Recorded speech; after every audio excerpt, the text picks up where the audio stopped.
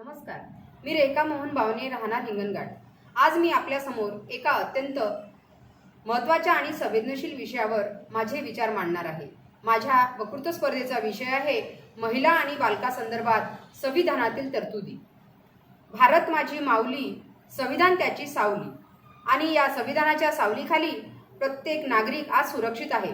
मित्रांनो, आपण नेहमी म्हणतो यत्र नार्यस्तु पूजन्ते रमन्ते तत्र देवता, म्हणजेच नारी देवता समान पूजनीय आहे। परंतु खरंच समाजात तिचा देवी समान सन्मान मिळतो का? आजही कुटुंबात तिचा हुंडाबळीच्या नावावर छळ होतो। असं म्हणतात की ज्या समाजात महिलांचा सन्मान होतो त्या समाजाची खरी प्रगती होते, आणि ज्या समाजात बालकांना सुरक्षित आणि आनंदी शिक्षित वातावरण मिळते तो समाज भविष्यात निश्चितच सक्षम होतो। भारताचे संविधान प्रत्येक नागरिकाला समानतेचा अधिकार देते। अनुच्छेद 14 नुसार कायद्यापुढे सर्वजण समान आहेत। कायद्याचे समान संरक्षण मिळते याचा अर्थ महिला असो किंवा पुरुष असो, कायद्याच्या दृष्टीने सर्वांना समान स्थान आहे।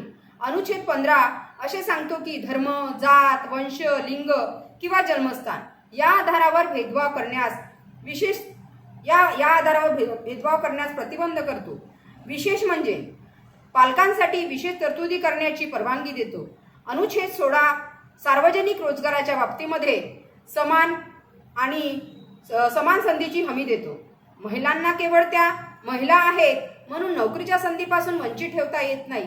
अनुच्छेद 39 अ मध्ये तर स्त्री आणि पुरुष दोघांनाही उपजीविकेची समान संधी मिळावी अशी भूमिका आहे। अनुच्छेद 39 ड समान कामासाठी स्त्री आणि पुरुषांना समान वेतन मिळावे असे सांगतो। अनुच्छेद 42 मध्ये राज्यात कामाच्या ठिकाणी मातृत्वासाठी योग्य संरक्षण देण्यासाठी तरतुदी करण्याचे निर्देश देतो।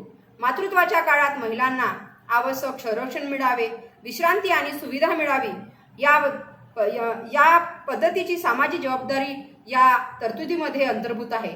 आपल्या संविधानातील 51 ए नुसार प्रत्येक नागरिकाला महिलांच्या प्रतिष्ठेला कमी करणाऱ्या ज्या काही प्रथा समाजामध्ये आहे त्या सोडण्याचे आवाहन करतो।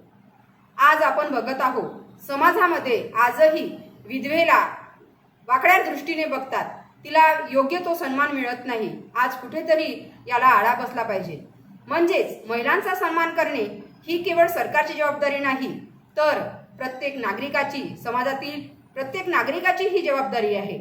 आणि याची सुरुवात आपल्या घरापासूनच झाली पाहिजे। मुलगा आणि मुलगी यांच्यात भेदभाव करणे, मुलींना शिक्षणात समान संधी देणे आणि तिच्या मताचा आदर करणे ही संविधानाच्या मूल्याची खरी अंमलबजावणी आहे। भारतीय संविधानातील अनुच्छेद 243 डी नुसार पंचायतीमध्ये महिलांसाठी आरक्षणाची तरतूद आहे। त्याचप्रमाणे 243 टी असे सांगतो की नगरपालिका संस्थांमध्ये महिलांसाठी आरक्षणाची तरतूद आहे।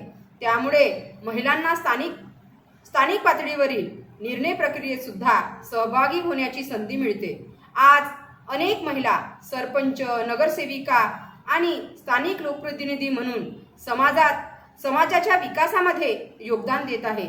यातूनच महिलांचे राजकीय संरक्षण घडत आहे। त्याचप्रमाणे बालकासाठी सुद्धा संविधानात्मक संरक्षण आहे। आजचा बालक, मित्रांनो, आजची मुले म्हणजे उद्याचा भारत। आज संविधानाने बालकाच्या संरक्षणासाठी विशेष तरतुदी केलेल्या आहेत। आज आपण बघतो की बालमजुरीला आज कुठेतरी आळा बसला पाहिजे। आज 14 वर्षाखालील बालक बालमजूर म्हणून काम करतात शेतात, खाणीत, तर याला कुठेतरी आळा बसला पाहिजे। यासाठी बालकांच्या संरक्षणासाठी सुद्धा आपल्या संविधानामध्ये तरतूद केलेली आहे। अनुच्छेद 24 नुसार 14 वर्षाखालील बालकाला कारखाने, खाणी किंवा इतर त्रासदायक, धोकादायक कामामध्ये रोजगार देण्यास मनाई करत आहे। तरी पण लपून छपून या बालकाकडून कमी पैशामध्ये कामे करून घेतात। याला कुठेतरी आपण आळा घातला पाहिजे। बालकाच्या हातात पुस्तक असावे, कामाचे ओझे नव्हे। बालकाच्या डोळ्यात भविष्याचे स्वप्न असावे, मजबुरी नसावी। म्हणूनच आपण सर्वांनी बालमजुरीला विरोध केला पाहिजे। अनुच्छेद 39 39 नुसार कामगाराच्या तसेच बालकाच्या आरोग्य व शक्तीचा गैरवापर होऊ नये यासाठी राज्याने प्रयत्न करावे. बालकांना निरोगी पद्धतीने विकासाच्या संधी मिळावी आणि त्यांना शोषणापासून तसेच नैतिक आणि भौतिक परित्यागापासून संरक्षण मिळावे अशी संविधानात तरतूद केलेली आहे. बालकाचे संरक्षण ही केवळ कुटुंबाची नव्हे तर संपूर्ण समाजाची जबाबदारी आहे. एखाद्या बालकाला आपण अडचणीत पाहिले तर त्याकडे दुर्लक्ष न करता योग्य मोठ्या व्यक्तीकडे, शिक्षक किंवा संबंधित यंत्रणेकडे त्याची माहिती देणे नागरिक म्हणून आपली जबाबदारी आहे. आपल्याला माहीत असेल की संविधानाने बालकाला 21A नुसार 6 ते 14 वयोगटातील प्रत्येक बालकाला शिक्षण हे मोफत आणि सक्तीच्या शिक्षणाचा अधिकार दिलेला आहे. मग तो बालक कोणत्याही परिस्थितीतला असो, गरीब असो, त्या बालकाला शिक्षण मिळालेच पाहिजे. शिक्षण हा केवळ विशेष अधिकार नाही तर बालकाचा अधिकार आहे. आणि या दृष्टीने आपण या संविधानाची ओळख आपल्याला असली पाहिजे आणि अशा प्रकारची बालकांच्या संरक्षणाच्या संदर्भात, त्यांच्या हिताच्या संदर्भात आपल्या या संविधानामध्ये विशेष तरतुदी केलेल्या आहे.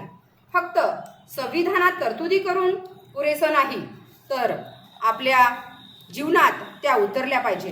घरात मुलगा आणि मुलगी दोघांनाही समान शिक्षणाची संधी देणे, मुलीला तिचे मत मांडण्याचा अधिकार देणे, महिलांचा सन्मान करणे, बालमजुरीला विरोध करणे, बालविवाहाला विरोध करणे या गोष्टीकडे जर आपण लक्ष दिलं तर निश्चितच बालकांचे कुठेतरी विकास होईल.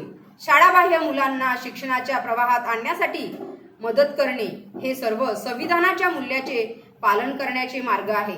आणि निश्चितच हे मार्ग जर आपण अवलंबले तर निश्चितच बालकांचा विकास होईल.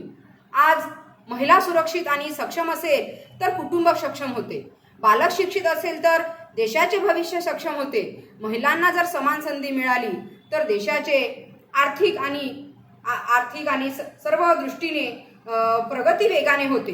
बालकांना चांगले शिक्षण आणि सुरक्षित वातावरण मिळाले तर ते उद्याचे जबाबदार नागरिक बनू शकतात.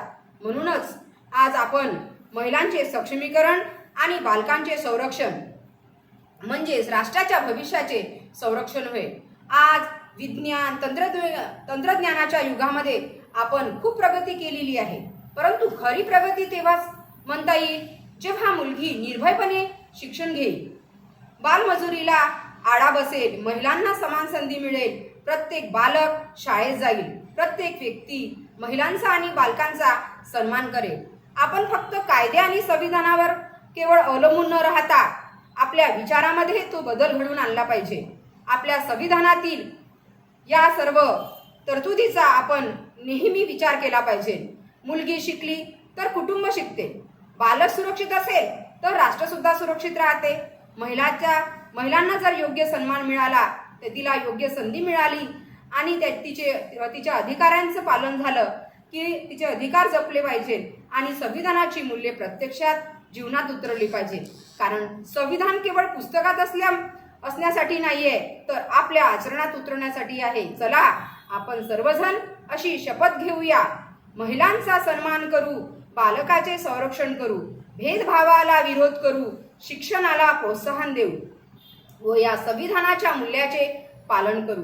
शेवटी एकच म्हणेल, सशक्त महिला सुरक्षित बालक, सशक्त महिला सुरक्षित बालक आणि समानतेवर आधारित समाज हेच विकसित भारताचे खरे चित्र आहे. जय हिंद, जय संविधान. धन्यवाद.